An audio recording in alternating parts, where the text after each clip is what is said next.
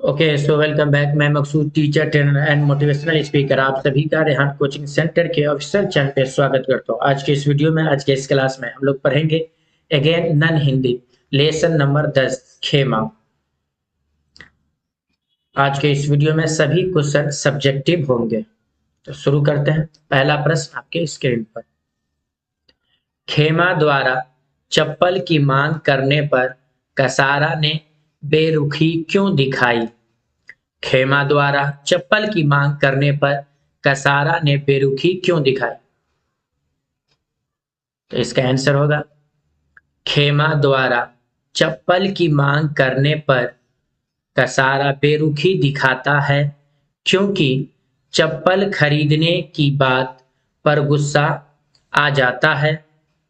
कसारा खेमा को अपने चाय दुकान पर काम करने के लिए खरीदा था, इसलिए कसारा खेमा के ऊपर खर्च नहीं करना चाहता है। अगला प्रश्न है,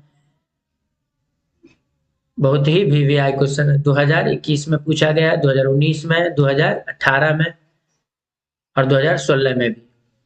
खेमा कसारा के होटल पर काम क्यों करता था? खेमा कसारा के होटल पर काम क्यों करता था? तो इसका आंसर है, खेमा एक गरीब माँ बाप का बेटा था।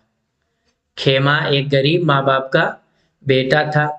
गरीबी के कारण उसके माता पिता अपने बच्चों के दायित्व दायित्व को पूरा करने में असमर्थ थे, इसलिए उन्होंने अपने बेटे खेमा को कसारा के यहाँ बेच दिया था।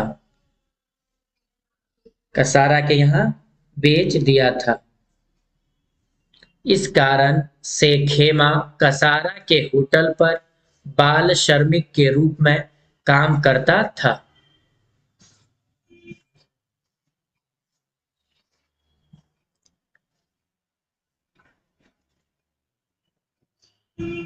अगला क्वेश्चन है, किन परिस्थितियों में खेमा के पिता ने उसे बेच दिया था?